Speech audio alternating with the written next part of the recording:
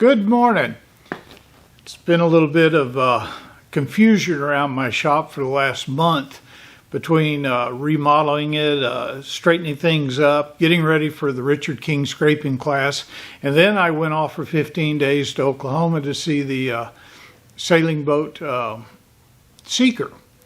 I've got some video that I shot up there of that going to be coming out pretty soon, and I'll post a link over to his channel.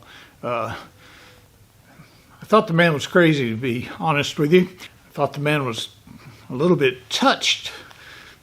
As a matter of fact, I mean, who in their right mind would build a 74-foot sailing vessel out of steel in their front yard 2.5 miles from downtown Tulsa, Oklahoma? Well, it's a long story to that, and turns out he's not as touched as I thought he was. Well, I've been gone for the shop for about 3 weeks now, and this coronavirus has kind of forced me into spending a little more time here. So I thought I'd give you a little tour of what's been going on since the Richard King scraping class, and show you what I'm going to have to do for a couple days here to get things back on track.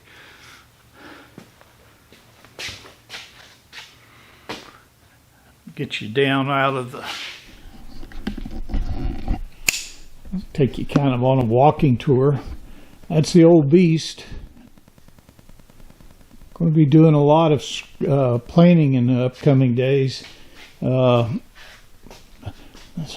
room's kind of like it was when I left it to run up to Tulsa. These are all mine that are all finished and painted, and we use them for measuring different things and checking other straight edges out. I got to put up my cylindrical square. This is a magnetic base cylindrical square. I bought it from Suburban Tools. It's a very precision instrument, and frankly one of the main uses we use it for is to let me see if I got one over here.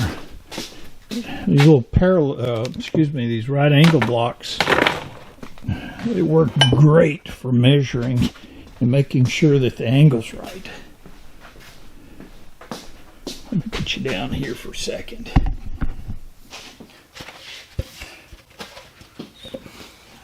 Scrape the bottom of this over. The way they work is, say I want to measure the angle. Can you see that okay? Say I want to measure the angle from here to here, make sure it's perfect. These magnetic squares have got a magnet on the bottom, and you hook it right there, and then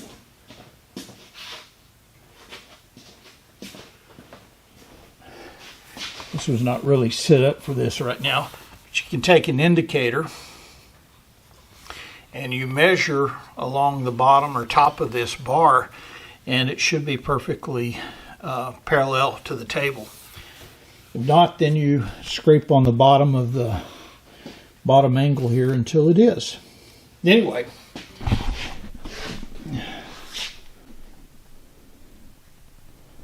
keep eating buttons on my camera.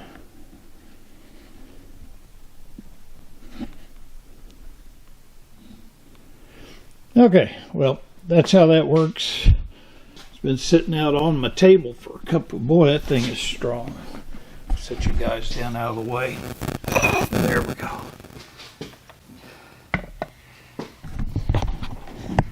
Comes in a little box case there. Got a lot to do here today. Those are all finished. I got to put them back. I hang them up over on the wall over there. I use these little hooks. Let them hang from that end. That one right there is a 4-foot that it's already treated, painted, and ready to be scraped. Just it's so deadgum heavy, I never ever want to mess with it. Well, I did get the electrical system finished, hooked up for my cylindrical grinder. Now I've got to get the belt put back on it and see if it will go. Somebody at one time had put this black belt on it, and show you in the back. It's got a counterweight that pivots with that pulley right there, and I think that black belt was so short that it wouldn't let it pivot out and put any tension.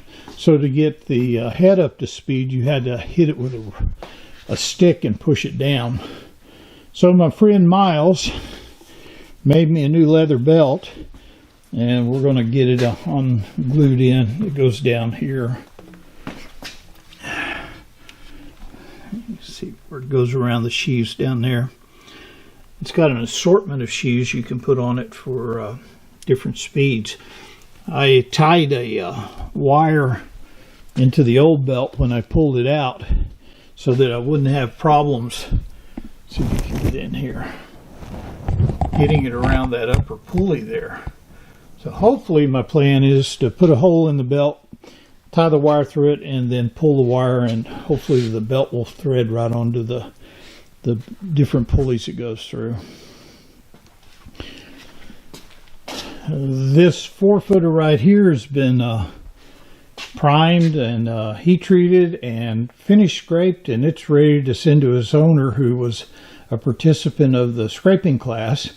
And we're just going to put it in a wood box and send it by freight company and get it to him. This one right there is also a member of the scraping class, Edge. He finished scraping it, and he's waiting on me to plane that long 36-inch for him and send it. We'll send both of them by freight up to him. It's cheaper. Fastenal, you can send it through Fastenal for about half price of anybody else. Those three right there also need planed. So what I'm going to do for the next couple of days, got those 4 to do. Richard sent me a message. He had some more coming, so I've got to do those also. And then we're going to continue cleaning up the shop. All that little corner over there is going to be taken care of pretty soon. Planer's just about ready. And it's the way I left it after I took off the last straight edge. I use several different methods for holding them. I'll do a little bit longer video showing setup on them.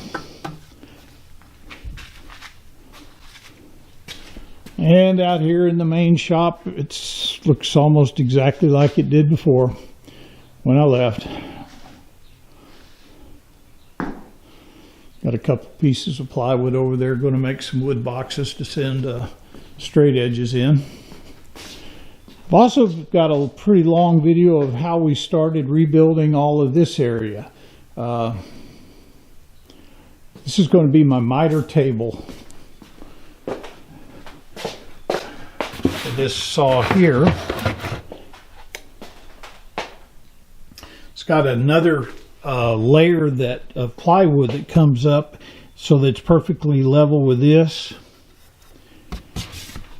And then it'll have a permanent fence going down the length on both sides. That pocket screw machine, I don't know where it is, probably go upstairs with the other woodworking things. I also have some Craig track, and it will fit on top of the fence, and it provides a way for stops to move down it.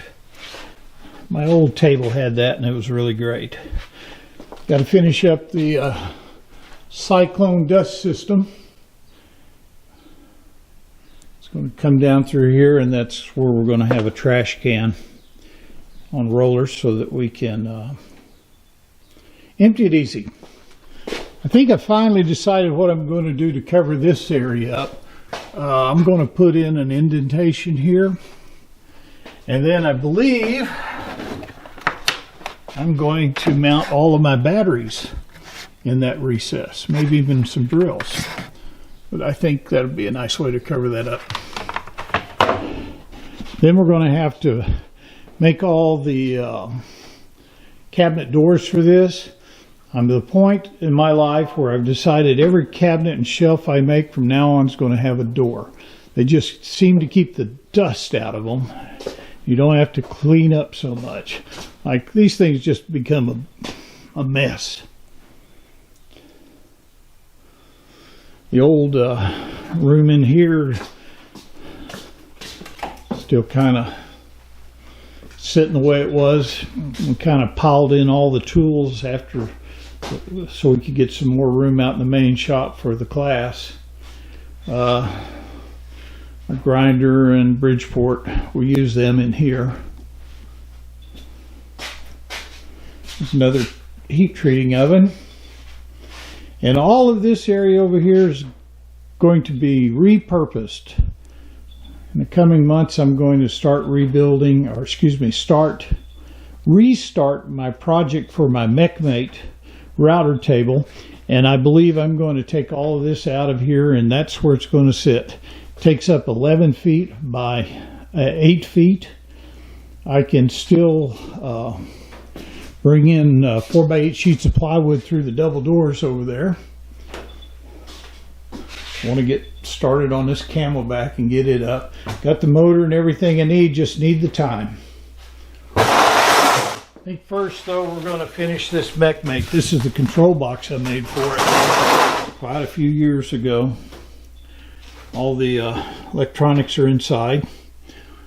Unfortunately, it's been about 9 years since I built this box, and I was using it on my Bridgeport Boss. The Boss 5 uses the same stepper motors that can be controlled by these Gecko drivers. But now it's going to be hooked up to these motors up here. You can see there's kind of dark, sorry about that. Those are all set up for the MechMate router table, and got everything I need to finish it. I just didn't have the space to put it in, but now we do.